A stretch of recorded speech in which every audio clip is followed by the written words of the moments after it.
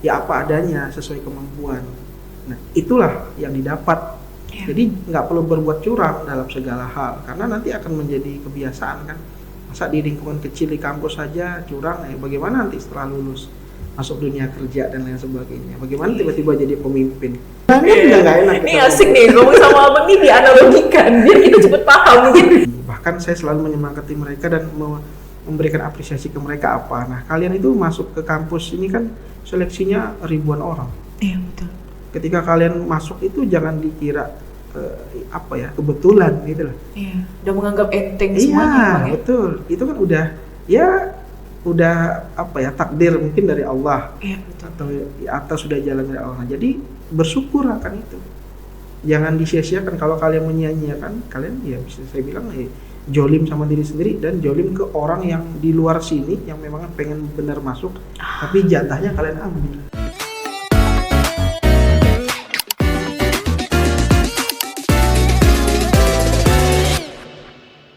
Bismillahirrahmanirrahim. Alhamdulillah kali ini saya ditemani oleh Bang Ikhwan Rustulianto atau kita kerap panggilnya enaknya Bang Ican ya Bang ya. Assalamualaikum Bang Ican. Waalaikumsalam. Gimana kabarnya hari ini? Alhamdulillah semangat. Alhamdulillah semangat. Nah ini yang paling suka nih kalau udah tamu kita kali ini semangat karena tentunya akan seru juga nih untuk denger-denger apa sih share-share ilmunya kali ini gitu. Nah kalau mau spill dikit, Bang Ican ini kita kerap panggil Bang Ican ya. Beliau merupakan dosen dan sekaligus kaprodi juga untuk di Resiskom ya Bang ya? Resiskom. Itu rekayasa sistem komputer. Nah, gimana? Pasti kalian penasaran kan? Untuk apa kita nih sharing-sharing dengan Bang Ican nih? Oke, Bang. Abang ini kan yang Mutia tahu ya, itu abang ngambil Eskom, terus lanjut lagi S2-nya MSc ya? MCS. MCS ya? MCS. Nah, itu kan dia ini ya sebenarnya lanjutan dari Eskom kan. Betul. Nah, pertanyaannya adalah sebenarnya abang ini memang niat jadi dosen atau pada Eskom ini ada tujuan lain sebenarnya? Boleh diceritain nggak? Nah ini cukup lucu nih gitu ya. Jadi memang kita flashback ke zaman saya dulu. Tujuannya saya ngambil S2 itu sebenarnya buat resign dari kantor kerja. Jadi waktu dulu zaman kuliah kemudian kerja lulus kan kerja. Nah saya tuh udah jenuh kerja dengan rutinitas ya seperti itulah ya dunia IT ya. Kemudian saya pengen resign ya, cuman waktu itu pimpinan nggak ngasih izin buat keluar karena pekerjaan masih banyak di saya gitu. Cari cara nih gimana ya biar bisa ini. Akhirnya sekolah aja deh biar ada punya alasan gitu. Kan nggak enak nih kalau berhenti mau kerja tempat lain nggak enak. Jadi akhirnya memilih buat lanjut studi S2 di UGM waktu itu, ambil magister ilmu komputer. Nah akhirnya ya udah punya berbekal bahwa alasan lagi kuliah nggak bisa, itu juga masih dipaksa kerja, jadi kerja jam 5 sore sampai jam 10 malam ke kantor, pulang kuliah jam 3 sore. Masih belum dikasih izin buat resign karena udah akhirnya kepenatan yang luar biasa di kuliah. Akhirnya pimpinan ngasih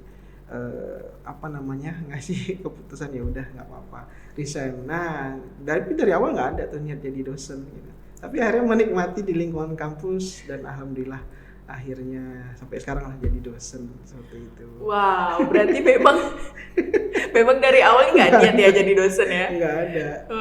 Iya. Tapi dari abang sendiri sebenarnya ada nggak sih mungkin ketertarikan awal mungkin kenapa jadi dosen atau mungkin entah ada tujuan mungkin dari abang sendiri sebenarnya? Nah sebenarnya mungkin nurun kali ya, kan ibu saya kan guru SD.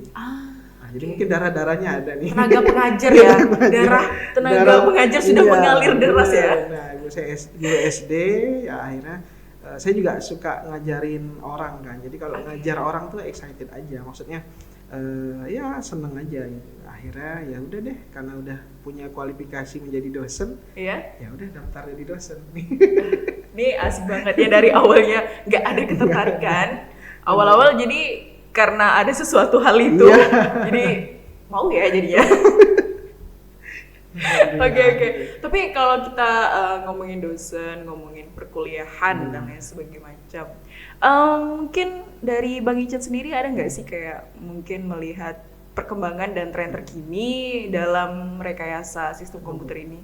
Wah, kalau perkembangan luar biasa ya, maksudnya IT itu perkembangnya mungkin nggak sampai baru seneng berbulan-bulan kali ya. Iya. Mungkin hitungan jam juga kan, wah ya? luar biasa percepatannya kan. Bahkan kalau saya flashback 10 tahun lalu atau 5 tahun lalu aja udah jauh banget. Nah, contoh kayak saya waktu itu kuliah 2004 lah.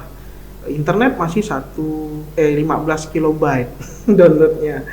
Iya kan 20 kilobyte. Sekarang wah dikasih 1 mega aja kadang ngeluh ya.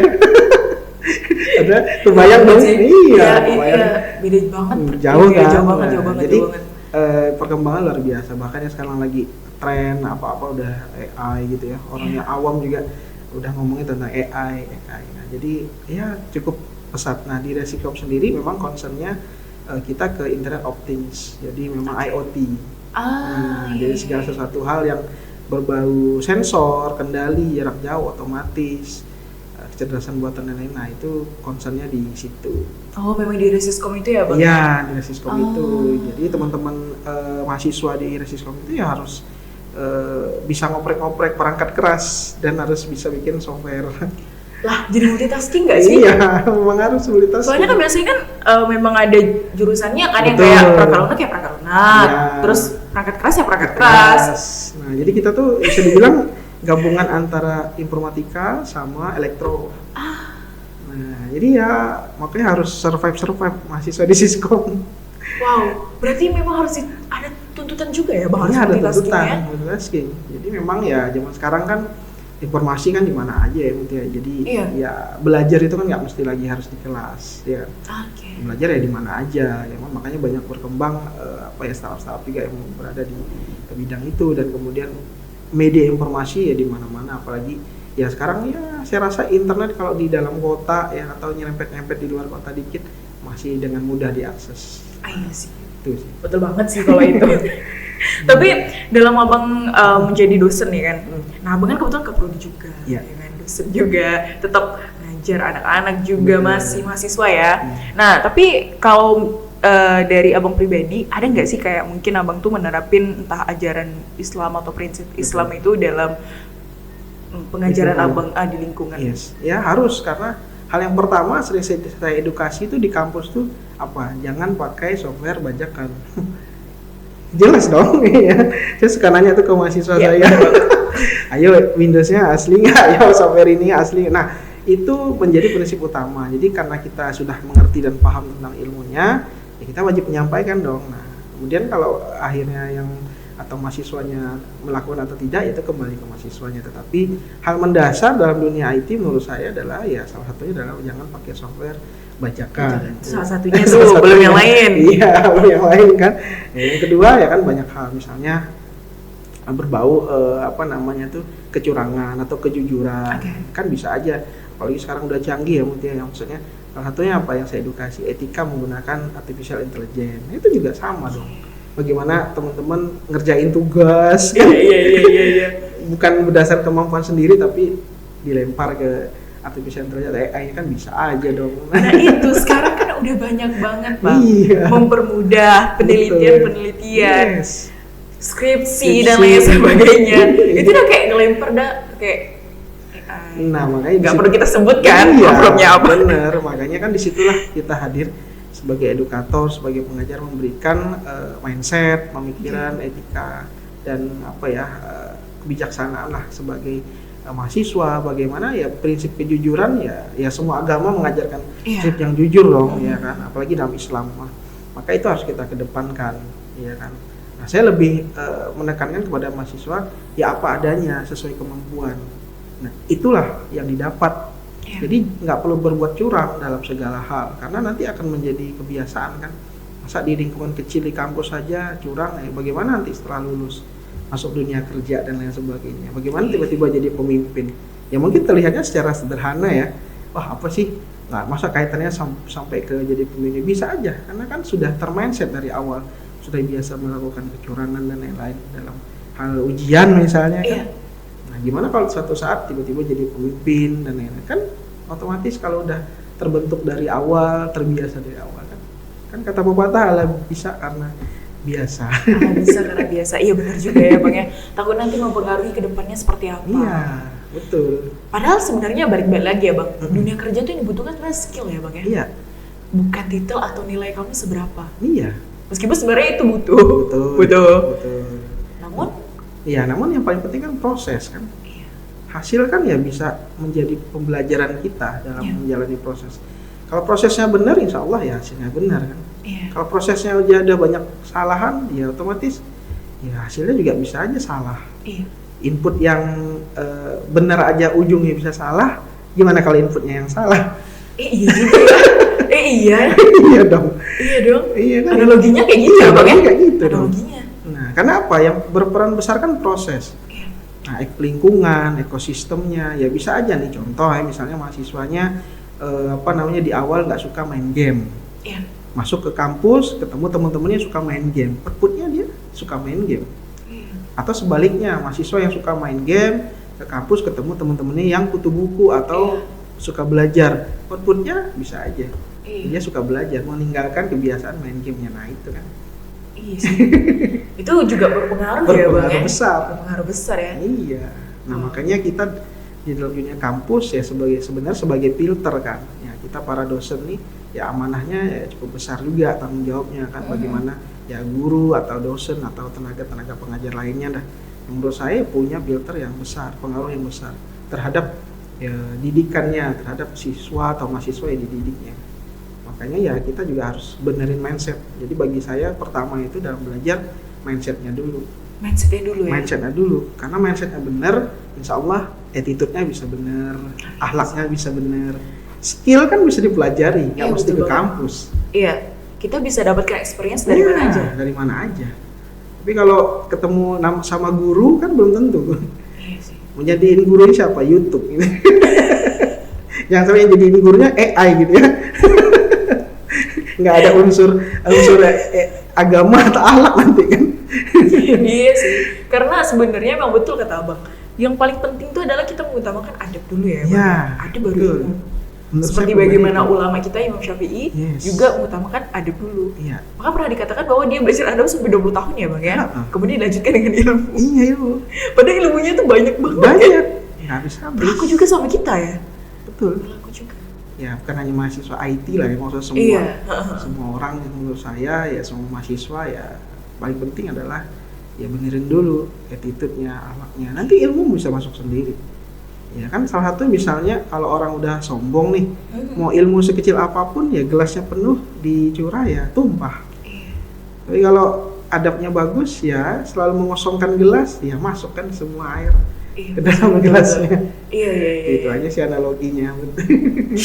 Iya sih, benar banget sih. Jadi sangat penting bahwa terutama kita sebagai pengajar ya Bang ya untuk Betul. mengedepankan yang namanya adab dulu nih mungkin Yes. sama mahasiswa kita. Hmm. Wow, menarik. Karena kan gini, kebanyakan mungkin ya ini kalau hanya survei saya sendiri ya Iya. Bang ya, nggak tahu saya di luar sana. Mungkin ada beberapa tuh memang yang mengajarkan adab dulu nih, attitude, mindset, terus kemudian motivasi Betul. sama siswanya. Tapi ada juga ya udah saya ngajar apa nih? Iya. Ya udah gitu.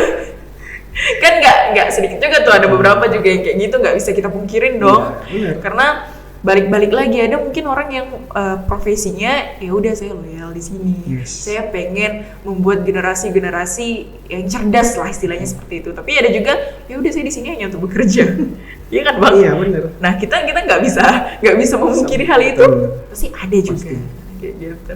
Oke, tapi kalau di dalam ini nih Bang, di dalam pembelajaran Abang nih untuk bidang ini, apa sih tantangan mahasiswa dalam bidang ini? Ya kalau menurut saya pertama yang memang lingkungan. Oke. Lingkungan tuh pengaruhnya besar. Makanya hal yang pertama selain kita personality mengubah mindset, menanamkan mindset yang benar, ya lingkungannya harus sehat. Lingkungannya. Lingkungan harus sehat. Berarti juga kita bisa dibilang kayak informasikan, beritahu untuk menjaga lingkungan dia juga. Betul. Jadi kita kalau saya pribadi sebagai dosen ya saya harus sering berinteraksi dan berkomunikasi dengan mahasiswa saya. Karena itu penting. Ya tadi lah kan kalau Mutia bilang bonding ya Bang? iya, jadi tadi Mutia bilang ya nggak semua tenaga menjadi ya tidak masalah, tapi setidaknya kalau kita secara pribadi ya niatkan dulu kan. Ya sama aja kan kayak kita jadi dosen, jadi guru, jadi bekerja apapun kalau niat kita ibadah pasti lingkungannya akan lebih sehat, ya kan. Nah kalau lingkungan sehat otomatis kan ya misalnya dalam ruangan ini sehat, kita bernapas juga enak, ya kan. Tapi kalau lingkungannya bau, sampah dan lain-lain kan udah nggak enak. Ini asik nih ngomong sama abang nih, dianalogikan biar kita cepet paham mungkin karena efeknya sebagai dosen ya. Iya gak sih? Bapak jadi dosen, jadi apa yang disampaikan dijelasin, abis itu dianalogikan. Biar apa? Kita cepet paham. Iya, karena memang Asik nih kalau ngomong sama dosen yang begini, asik banget.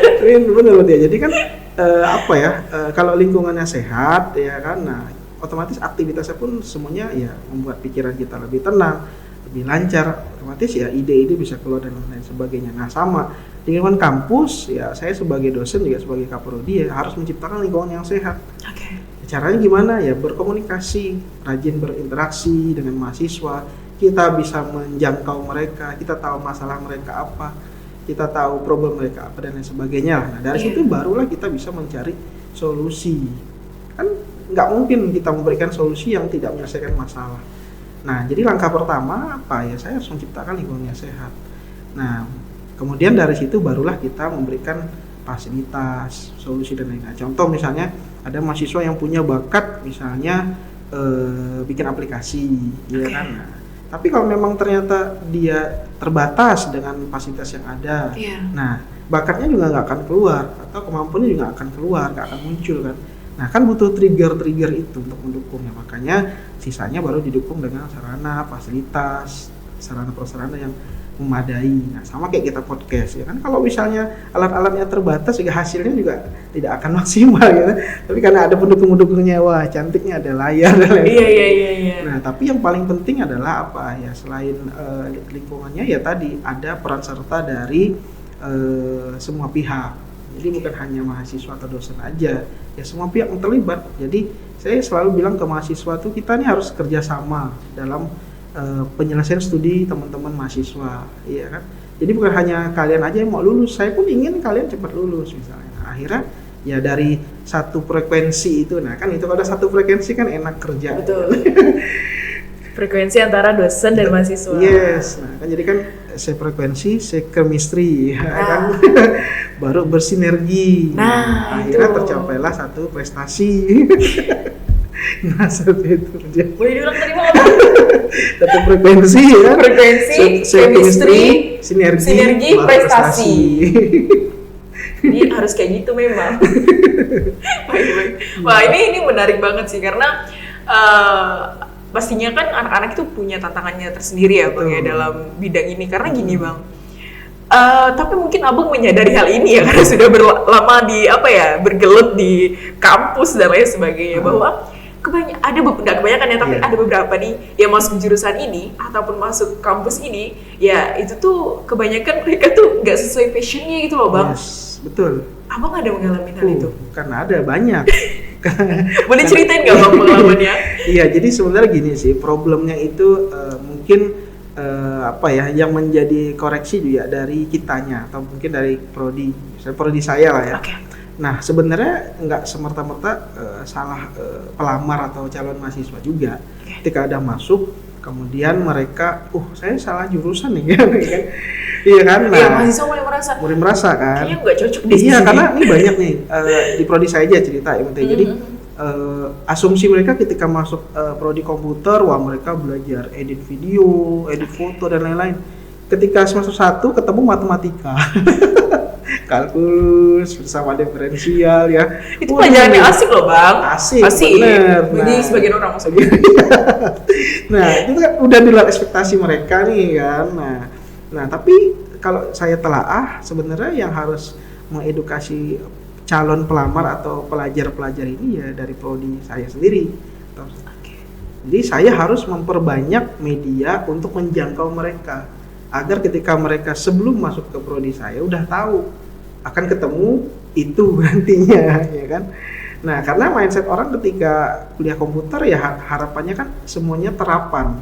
Iya. Terapan ya, implementatif ya, yang mereka lihat yang sekarang punya konten dan lain sebagainya. Padahal di luar itu sebenarnya. Apalagi tadi saya sudah cerita di prodi saya harus kuat software dan hardware. Iya, yang multitasking itu tadi. Iya, multitasking. Nah, Nah, jadi akhirnya bagaimana sekarang? Nah, kami berusaha untuk mengedukasi masyarakat luas, terutama targetnya adalah calon pelamar atau pelajar lah yang sekarang mungkin sedang mau berkuliah. Biar mereka tahu dulu nih, apa sih yang membedakan prodi saya dan prodi yang lain.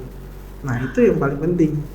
Iya, nah setelah itu kita lakukan bisa dengan masif, maka tidak akan diharapkan, tidak akan lagi ketemu yang mahasiswa yang bilang bahwa saya salah jurusan nih Pak. Iya kan? Tapi juga ada solusi sebenarnya. Sebenarnya gini, ya tadi juga yang menurut saya adalah lingkungan yang mempengaruhi. Ada juga mungkin mahasiswa di tempat saya yang memang di awal masuk ngakunya salah jurusan, tapi ternyata lulus juga. Kenapa? Ya support sistemnya bagus. Teman-temannya juga penting ya Bang. Benar banget. Jadi selain daripada Abang tadi menciptakan mungkin sebuah bonding atau chemistry antara dosen dan mahasiswa, kamu juga menciptakan bonding agar kalian nih sesama teman-teman kelas juga bisa saling backup, saling support. Itu paling penting. Kan saya selalu bilang, kalian masuk satu angkatan bareng-bareng kan, harusnya lulus bareng-bareng dong. Wah, ini kalau menurut experience saya, pengalaman saya bagai ini apa ya? Mungkin sulit ditemukan. Karena gini, ya rata-rata mereka ya hanya sama dirinya sendiri loh Bang, kebanyakan. Nah, itu dia ya. Tapi Abang punya hal itu nggak sih? Iya, makanya saya selalu mengedukasi teman-teman mahasiswa dari maba, ya kan. Kalian ingat kan susahnya jadi maba, perjuangannya sama-sama kan masih kompak. Nah, itu harus dibawa terus sampai lulus. Saling menguatkan. Kalau ada yang ketinggalan, kalian mundur sebentar untuk menjemput mereka. Kalau ada yang kelajuan, kalian ngerem sebentar untuk menunggu yang teman-teman lain. Nah, itu yang paling penting. Wow. Seru kan kalau masuk bersama, ada foto bersama, masa lulusnya masing-masing. Iya sih, juga sih. Gimana kalau lulusnya bareng, kan lebih keren. Wow. Tapi kalau yang malas-malas itu gimana dong jadinya? Karena kan nggak menutup kemungkinan loh Bang, pasti ada 1-2 yang secapek apapun kita memotivasi, di backup. Betul. Nah, itulah kan ya seleksi alam ya, maksudnya yang penting kan kita sudah berusaha dengan maksimal dulu ya. Ya kan tadi saya bilang, yang penting prosesnya. Hasilnya ya sudah. Ya kan bonus dari proses yang sudah kita lakukan maksimal. Tapi kalau kita tidak melakukan proses, lebih parah lagi kan. Oh iya sih. Lebih baik kita berjalan meskipun mungkin merangkak atau lain sebagainya daripada kita jalan di tempat ya. Nah, itu. Mending mau coba daripada nggak sama sekali. Iya. Wah, itu menarik banget sih. Karena ini kan kita banyak banget bawa mungkin teman-teman mahasiswa yang juga sebenarnya udah berkorban loh. Iya. Dia tes aja semua udah berkorban banyak kan. Betul. Sayang banget kalau mereka mungkin entah menunda atau mungkin tidak sama sekali. Itu kan sayang banget ya. Wah, sayang banget dong. Ya, saya pernah juga jadi mahasiswa kan. 8 tahun lagi mahasiswa. Iya. S2 gitu kan, dan ya punya orang tua. Jadi ya saya selalu bilang ke mahasiswa bimbingan saya, ya kalian harus punya motivasi apapun itu, apakah orang tua ataukah misalnya kalian ingin menjadi kaya atau apapun itu lah ya, harus ada strong way-nya ya. Iya. Kenapa nih aku harus lulus? Betul, gitu. Biar balik ke jalurnya lagi. Bahkan saya selalu menyemangati mereka dan memberikan apresiasi ke mereka apa. Nah, kalian itu masuk ke kampus ini kan seleksinya ribuan orang. Iya, betul.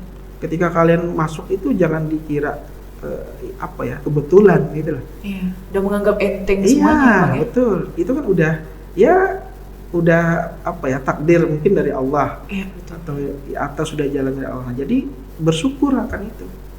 Jangan disia-siakan. Kalau kalian menyia-nyiakan, kalian ya bisa saya bilang jolim sama diri sendiri dan jolim ke orang yang di luar sini yang memang pengen benar masuk, tapi jatahnya kalian ambil. Deep banget.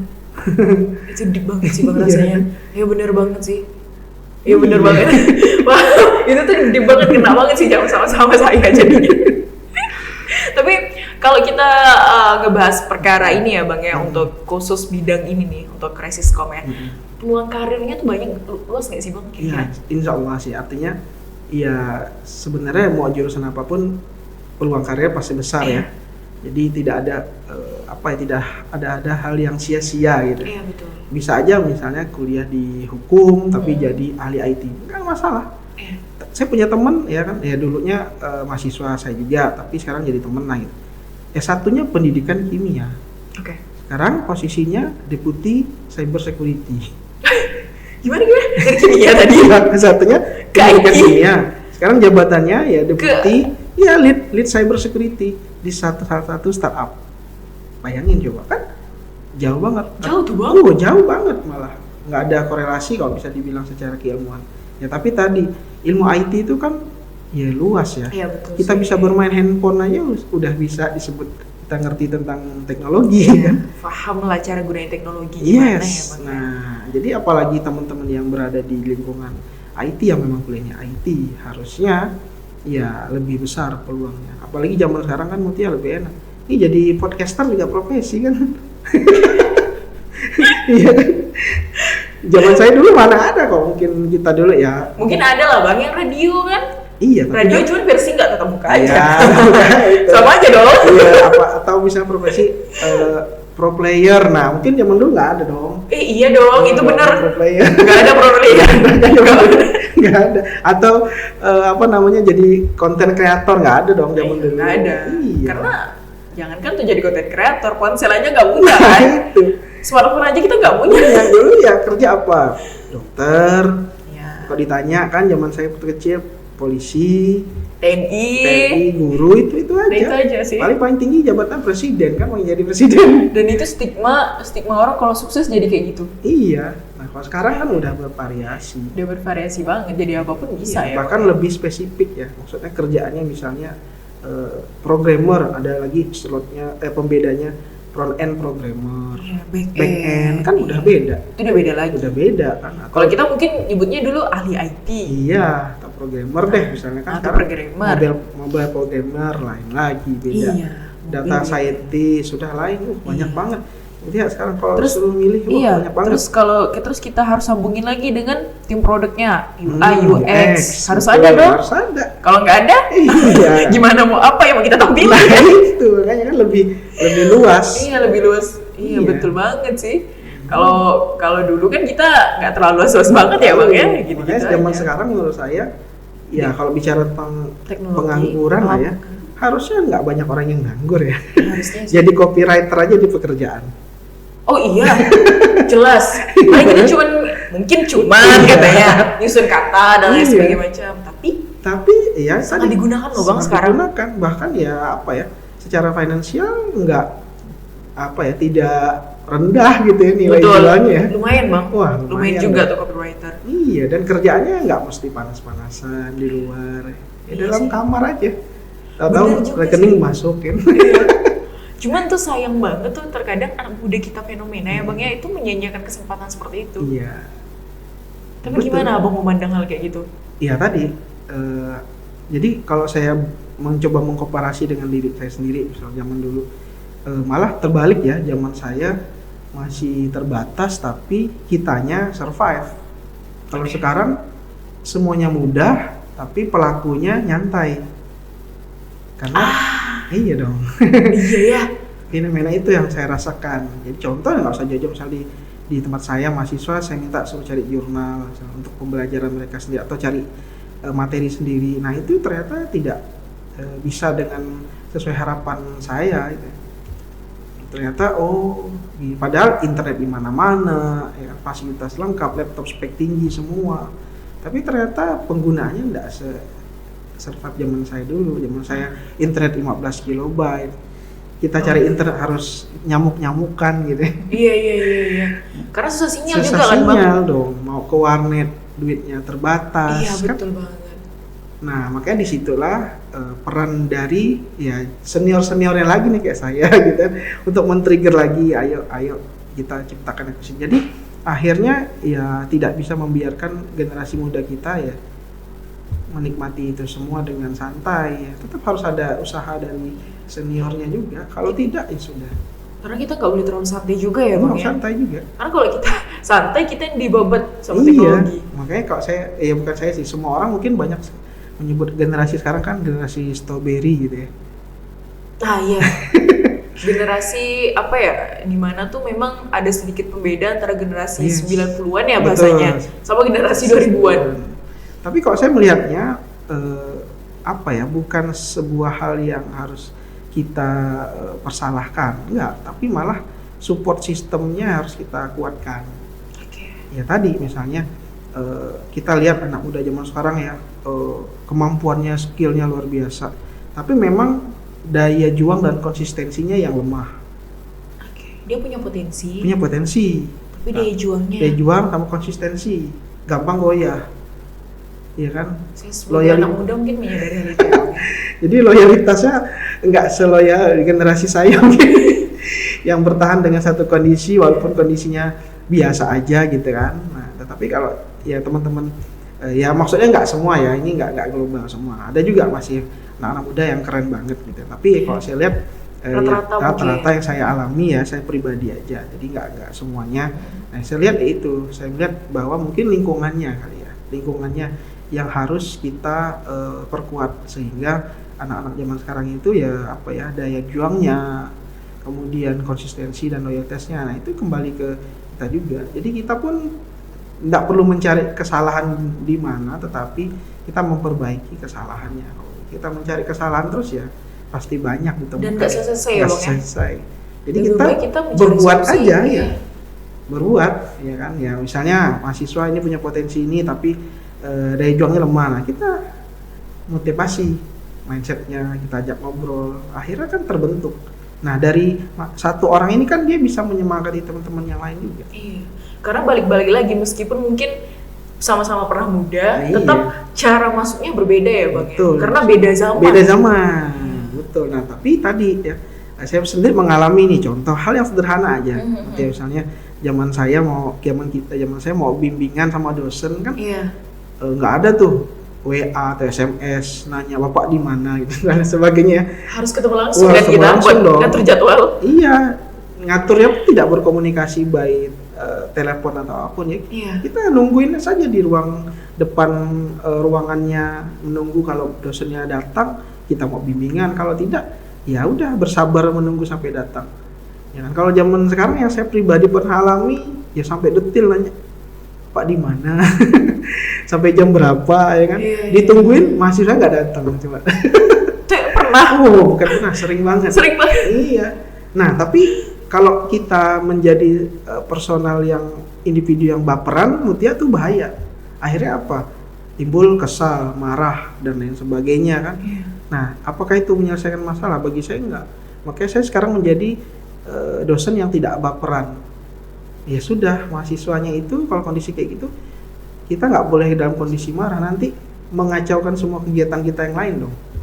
Auranya udah nggak sehat. Iya betul banget, karena kalau udah aura mungkin negatif karena kita kesal itu tuh merusak tuh Bang sampai kemana kan. Iya, ya memang zamannya sekarang seperti itu. Ya sudah, kita menjadi anggap aja melatih kesabaran kita ya untuk lebih baik lagi. Paling kita nasihatnya nanti lain kali jangan seperti ini. Nah karena kok menurut saya pribadi itu ya seperti bukan seperti rotan. Kalau saya mungkin kayak rotan, kita dibenturkan masih melengkung gitu ya. Kalau zaman sekarang kan gampang patah. Analogi lagi, analogikan lagi. Jadi cepat patah kita kan, patah. Jadi kalau kita treatment sama dengan mentreatment saya zaman kuliah dulu, nggak bekerja formulanya. Iya kan? Nah, karena zaman saya kalau dilengkungkan pun masih melengkung. Iya. Tapi kalau zaman sekarang cuma di ini kayak lidi aja satu biji patah. Langsung patah. Patah. Nanti akhirnya mahasiswanya nggak datang lagi buat bimbingan. Terus akhirnya DO. Terus akhirnya nggak kerja dan lain sebagainya. Dampaknya besar. Iya. Tapi sebenarnya impactnya itu meskipun impactnya ke individu itu ya, Bang. Individu itu aja. Tetap ada rasa aware tadi tuh ya, antara dosen sama mahasiswa. Betul, karena juga kan kalau mahasiswanya gagal kuliah, dampaknya bukan hanya buat mahasiswanya juga dong. Saya pikirkan orang tuanya juga. Iya betul. Nah, sudah keluar uang buat biaya anaknya kuliah. Betul. Kita nggak tahu orang tuanya barangkali harus berdarah-darah gitu ya mencari uang yang zaman sekarang mungkin kuliah udah semakin mahal gitu ya. Iya, lumayan ya kok kuliah sekarang ya.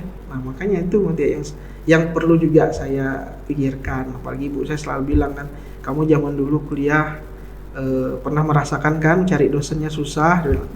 Nah makanya zaman kamu jadi dosen jangan nyusahin mahasiswa. Aduh, Insya Allah. Iya. Ini menarik. Oke. Tapi ini kan menarik banget nih ya kisah Abang dengan mahasiswa. Tapi ada nggak sih Bang kayak mungkin di luar kegiatan di luar kampus, entah itu mungkin lomba, entah itu mungkin apapun lah, abang berikan dukungan support system bagi mahasiswa? Ya sangat sangat mendukung saya Mutia. Jadi bahkan saya turun sendiri untuk membimbing mahasiswa dan alhamdulillah ya di prodi saya mulai tercipta ekosistemnya di tahun ketiga ini. Jadi ya karena apa? Lomba itu menjadi ajang yang bagus buat melatih mental mahasiswa. Yang kedua, menambah relasi. Nah, yang ketiga saya selalu sampaikan kalian bisa jalan-jalan gratis. Kalau lombanya di Jakarta, di Bandung, di Surabaya, kemudian di Bali, di Malang, nah itu kan nggak semua mahasiswa pernah naik pesawat. Iya betul banget, nggak semua mahasiswa punya kemampuan buat naik pesawat ke luar kota. Nah apalagi kebanyakan tempat saya juga mahasiswa yang dari daerah. Ya kan, bahkan ada yang rumahnya udah naik jalan darat, jalan laut lagi, ya kan. Baru sampai ke kampungnya gitu. Iya betul. Nah jadi saya motivasi mahasiswa saya, kalian harus buktikan bahwa kalian dari kampung tuh kuliah di sini bisa sampai kemana-mana. Iya betul banget. Apalagi lomba kan ada hadiahnya dong. Iya betul. Iya kan. Itu jadi nambah income dia jadi. Iya jadi income mereka kan di luar mereka dapat uang saku dan lain sebagainya. Iya betul. Itu nambah sih uang jajan ya. Jajan. Akhirnya ya sudah. Sekarang alhamdulillah Mutia udah terbentuk lah ekosistemnya di prodi saya sendiri gitu ya. Akhirnya nah sudah mulai otomatis. Jadi ketika ada lomba tuh nggak perlu lagi kalau makan tuh nggak perlu disuap gitu ya. Iya. I see. Tinggal ini piring dengan makanan ya udah. Atau bahkan mungkin kita hanya nyediain piring aja sekarang. Jadi mereka yang cari nasinya, cari lauknya, cari sayur dan lain sebagainya. Wow, menarik. Tapi apa sih kesibukan abang mungkin selain ngurusin kampus, ngurusin anak-anak ini? Saya ya selain dosen jadi bapak kepala rumah tangga ini. Wah itu tentunya ya. Nah jadi selain dosen ya juga saya concern ngurusin pondok pesantren.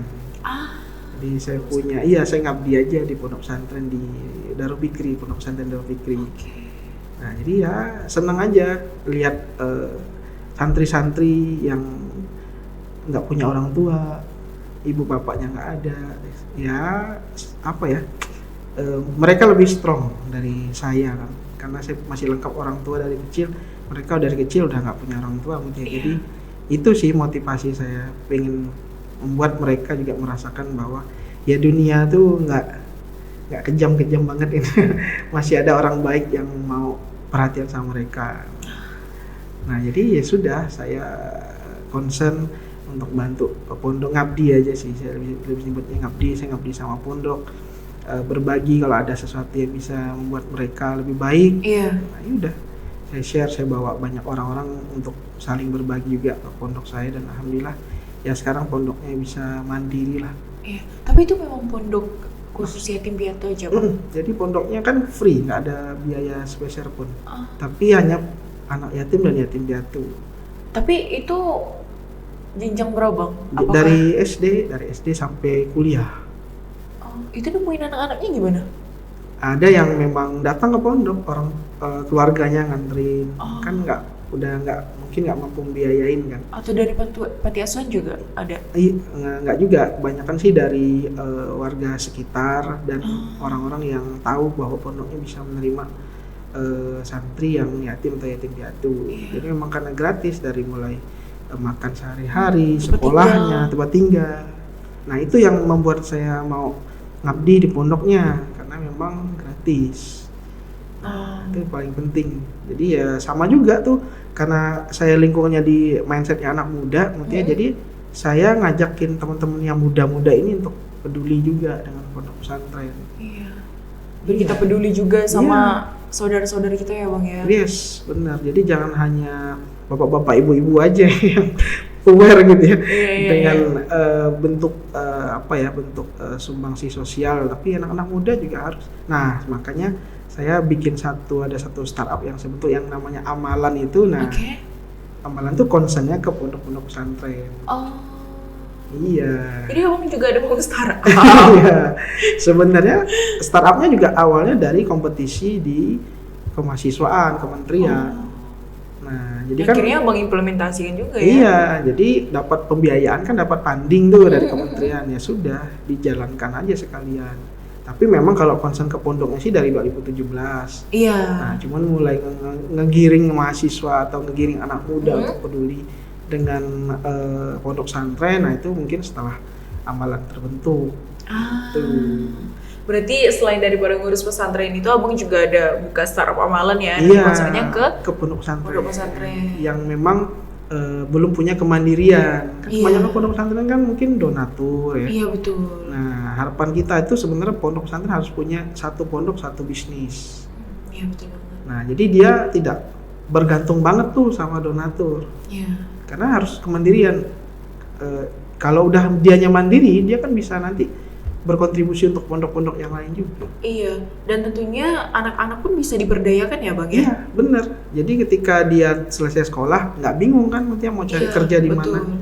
Udah ada unit usahanya dan sebagainya. Sekalian ngabdi juga untuk Sekalian pesantrennya. ngabdi, bener. Akhirnya dia dari merasakan dampaknya, akhirnya dia juga memberi dampak.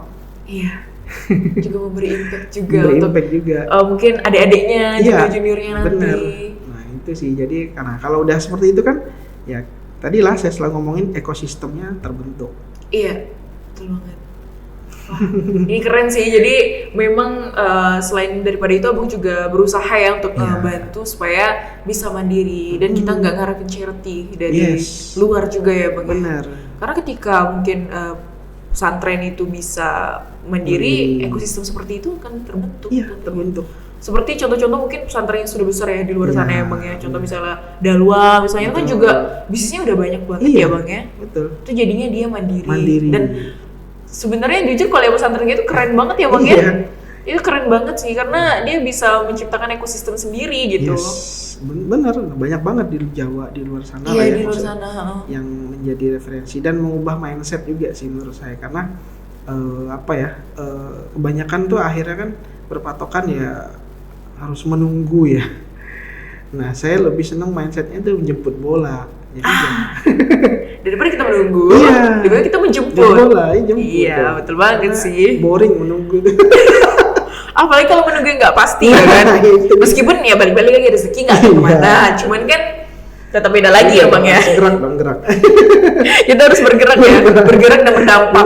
Nah, bergerak dan berdampak ini keren banget sih. Oke. Cuma tadi abang udah spill kan. Kemudian nanya apa sih kesibukan abang nih? Ternyata Bang Ican juga kepala rumah tangga, kepala rumah tangga. Tapi kalau kita nggak bahas kepala rumah tangga nih, gimana sih ya bang menyeimbangkan kehidupan pekerjaan abang ya sibuk? Sibuk nih kan ada startup, ini kerjaan dosen juga sibuk nih. Terus gimana ya bang menyeimbangkan dengan keluarga? Iya, jadi memang ya saya sama istri ya membagi tugas ya, maksudnya kita punya kewajiban. Kebetulan istri saya juga dokter spesialis, jadi ya ya spesialis. Jadi sama ya, harus punya kewajiban nolong orang. Iya, sama-sama nolong orang nih.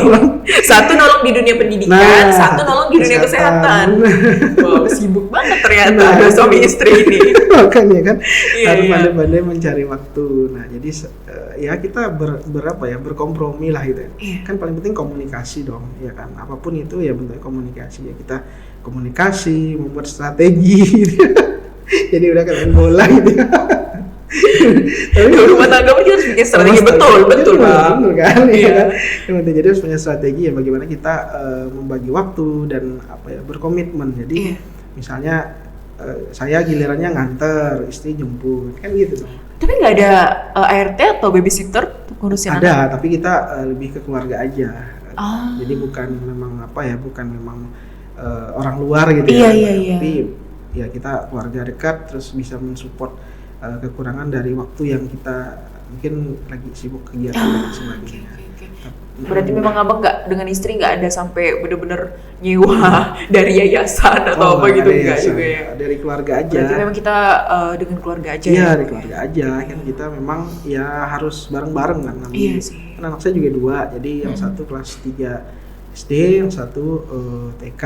Nah, jadi keduanya alhamdulillah ya, karena kita menilai, menurut kita memang hal-hal yang berbau Islam tuh penting banget ya. Ya penting banget sih bang. Nah apalagi kan kita nggak bisa menghindari anak kita dari gadget. sulit sih Bang. Nah. Karena dia ngeliat ayah bundanya Bener. main gadget. Iya. Apa itu, dia kan pasti penasaran dong. Benar. Iya. Nah, makanya kita punya strategi, sudah anak-anak kita harus punya fundamental agama yang kuat. Iya. Apalagi jarang, maksudnya bukan jarang siapa ya, waktu orang tuanya kan mungkin bekerja ya hampir setengah hari gitu ya. Iya. Nah, makanya kita berprinsip harus kuat nih fundamental agama anak kita gitu kan. Iya. Nah, otomatis ya kita harus mulai dari masa kecil, karena kan golden age ya, itu kan penting banget tuh. Iya, betul banget. Belum banyak kontaminasi gitu. Iya. Jadi kalau menghafal masih bagus. Iya, betul. Iya kan. Kalau kita disuruh ngapal kan Udah banyak konslet. banyak konslet. Coba aja nih anak-anak kita suruh hafal misalnya jus suruh apa gitu misalnya. Pasti lebih cepat dibanding kita ya. Kan? Nah, itu makanya kan kalau Iya sih. jadi ya udah kita titipkan anak kita di sekolah yang memang fundamental agamanya bagus.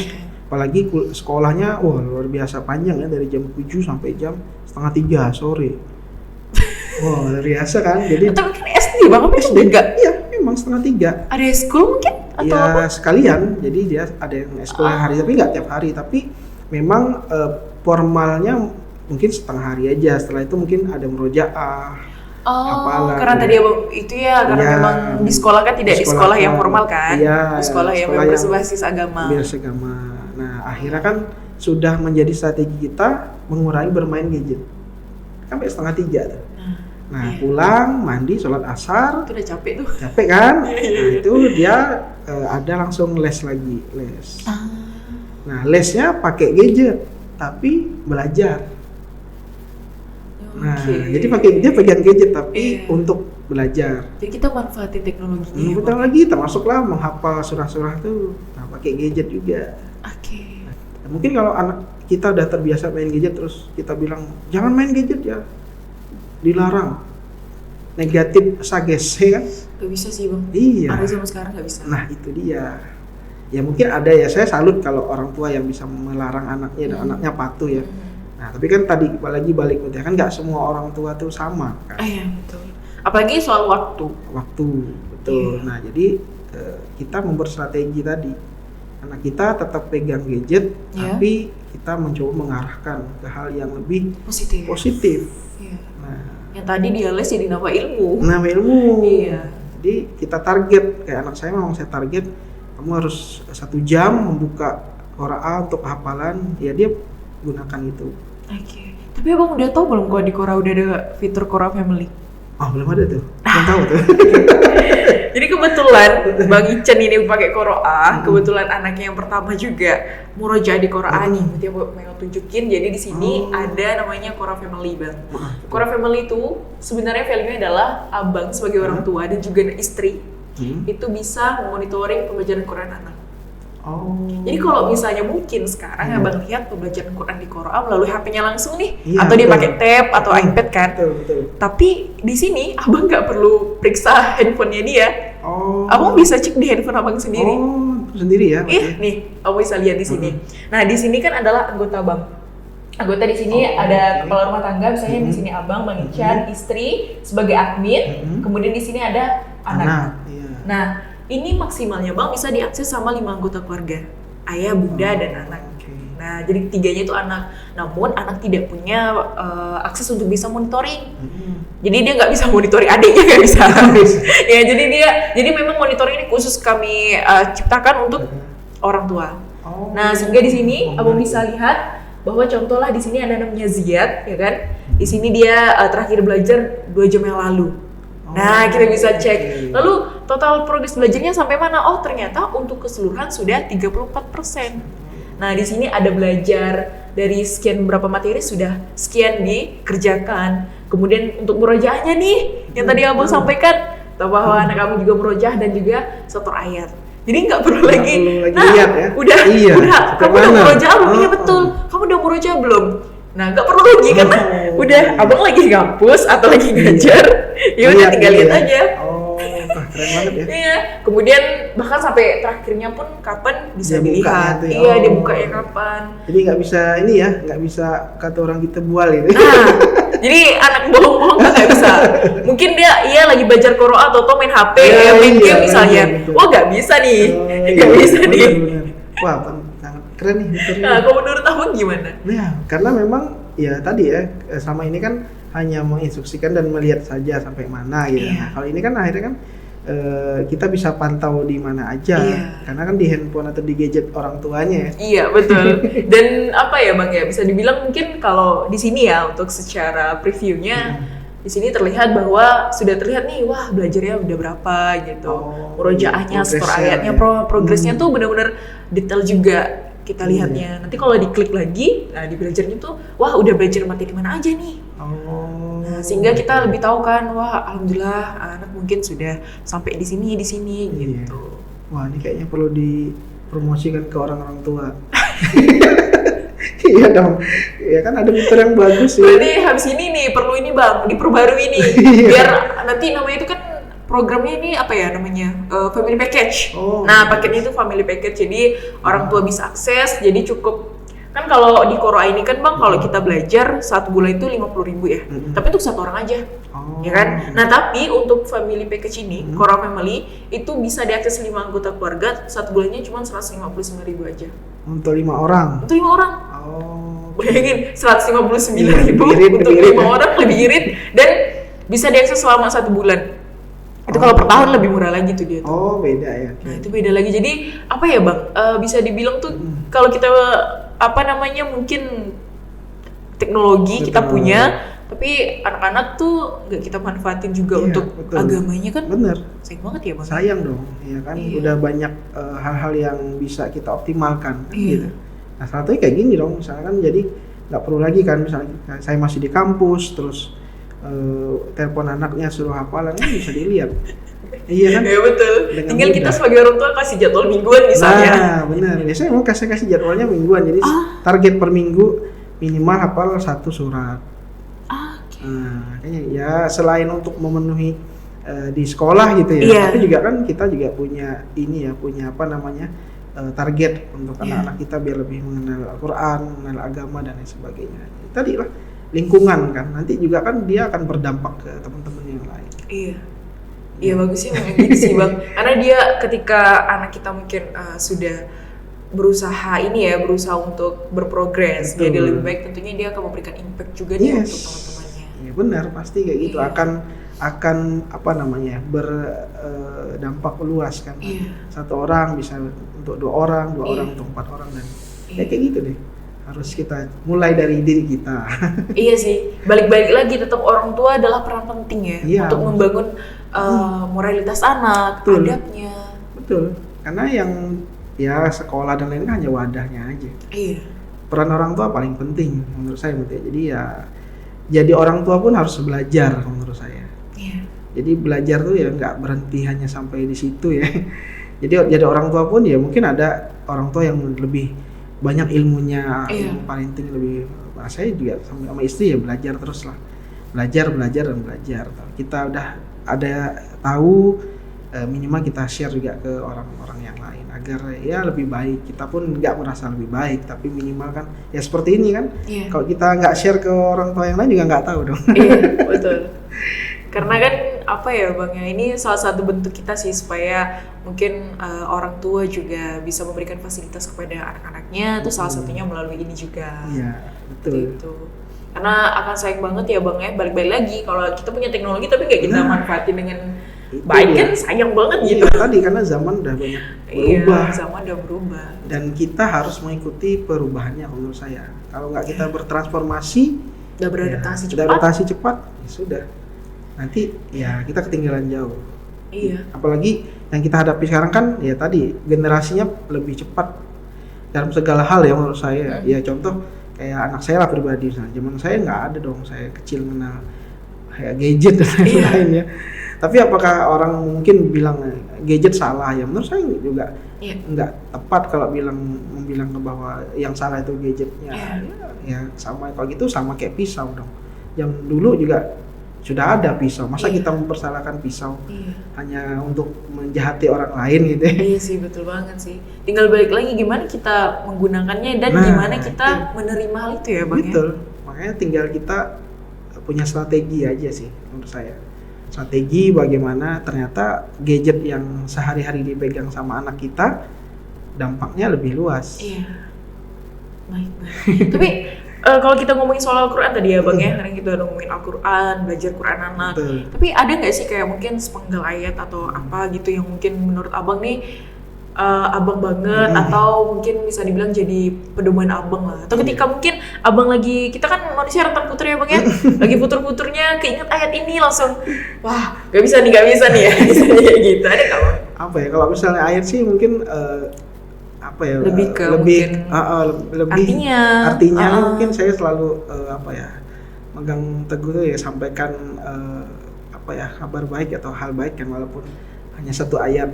Nah, iya. jadi saya ya prinsipnya itu, artinya segala sesuatu yang saya punya, walaupun ya mungkin menurut orang lain tidak lebih baik, tapi bagi saya ya tujuan saya tidak untuk membuat saya dianggap lebih baik dari orang, tapi saya mengasih sesuatu yang punya dampak besar, punya nilai positif, itu aja sih.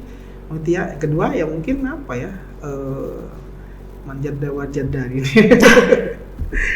Siapa yang bersungguh-sungguh maka akan berhasil. Itu kan ya artinya ya, kalau nggak salah ya Bang ya. Nah. Terus juga kita kan di dunia ini kan tugasnya ini ya, sementara dan beribadah ya. Jadi itu aja mindsetnya. Jadi ya selama kita di hidup ya berbuatlah sebaik-baiknya. Iya betul. Iya kan, ya pasti banyak orang yang kita nggak akan bisa menyenangkan semua orang nanti ya kan. Iya betul. Pasti ada orang yang senang dan tidak senang dengan kita. Iya. Dan saya selalu ingat ya, Rasulullah aja manusia terbaik di bumi gitu ya, itu punya musuh kan. Iya. Apalagi saya nih manusia yang banyak dosanya ini. Pasti musuh juga. Iya banyak. Betul. Lebih ke ini sih Bang, lebih ke mereka yang memusuhin kita kan. Betul. Jadi move on aja Pak, saya move on. Apalagi menjadi seorang pimpinan di sebuah kampus atau di sebuah prodi kan amanah ya. Jadi sudah, saya selalu sampaikan ke teman-teman mahasiswa, jangan kalian kira saya itu jadi kaprodi itu tidak peduli dengan kalian. Wah, ini besar tanggung jawab saya nanti. Ditanyain sama malaikat kalau udah selesai tugasnya, kalau di bumi kan. Betul. Apa yang kamu lakukan? Ada mahasiswa kamu yang di DO gitu. Nggak bisa jawab saya gimana dong. Oke, tadi saya berproses aja ya kan, ya udah saya udah melakukan dengan maksimal, hasilnya ya kembali ke individunya dan ke takdir Allah ya kan. Makanya kan dalam ayat Al-Quran kan ada menyebutkan ya tidak akan berubah juga satu kaum kalau kaumnya nggak berubah sendiri. Kepada dari dosa untuk semua mahasiswa yang ada di Indonesia, anak muda lah gitu. Ya, anak muda. Nah ya, pesan saya selalu bersyukur ya. Jadi apapun kondisi kita hari ini, bersyukur karena ya itu semuanya ujian. Kita sehat ujian, kita sukses ujian, kita sakit juga ujian kan. Nah jadi kalau kita bersyukur, berdoa dan positive thinking itu paling penting. Jadi kalau bagi saya itu yang penting itu adalah mindset dulu. Kalau mindsetnya benar, tangan akan jadi benar, kaki jadi benar, hidung jadi benar, mata jadi benar. Nah itu paling penting. Jadi tangan, kaki semua ini bergerak karena pikiran kan. Kuncinya kan di otak. Karena balik lagi analoginya ya Bang. Iya. Ini kan abang tadi analogi, saya juga punya analogi. Analoginya itu. Iya, besi itu kan kuat, tapi yang menghancurkannya karatnya. Nah, sama juga dengan manusia kan Bang. Sama. Gak bisa. Baru berapa menit kan saya langsung ikut saya. Nah jadi baik itu masih sekarang jadi pelajar ya, mahasiswa, atau sekarang udah punya keluarga kecil, udah jadi orang tua, ya intinya adalah kita punya niat ya kan untuk berbuat baik yang dalam segala hal, ya kan. Jadi kalau niatnya adalah berbuat baik, niatnya mungkin ibadah, iya kan, insya Allah semua lini yang kita lewati itu ya fine aja, baik aja. Itu yang penting. Wah, Masya Allah, Alhamdulillah, ini mungkin sudah sekitar 1 jaman kita podcast Bang. Jazakallah khairan, terima kasih banyak sudah mau sharing ilmunya di sini dan mau terima undangan ini tentunya. Semoga teman-teman yang dengar podcast ini, para pendengar di luar sana, semoga tercerahkan. Mungkin teman-teman yang lagi mahasiswa yang lagi nonton, semoga termotivasi juga untuk tetap semangat dan jangan pantang menyerah untuk mengerjakan skripsi kalian agar cepat lulus ya tentunya. Dan semoga memberikan manfaat juga untuk teman-teman yang lain. Dan apabila dalam podcast ini mungkin sedikit ada kesalahan kata atau tingkah laku, kami mohon maaf. Jazakumullah khairan semuanya. Assalamualaikum warahmatullahi wabarakatuh.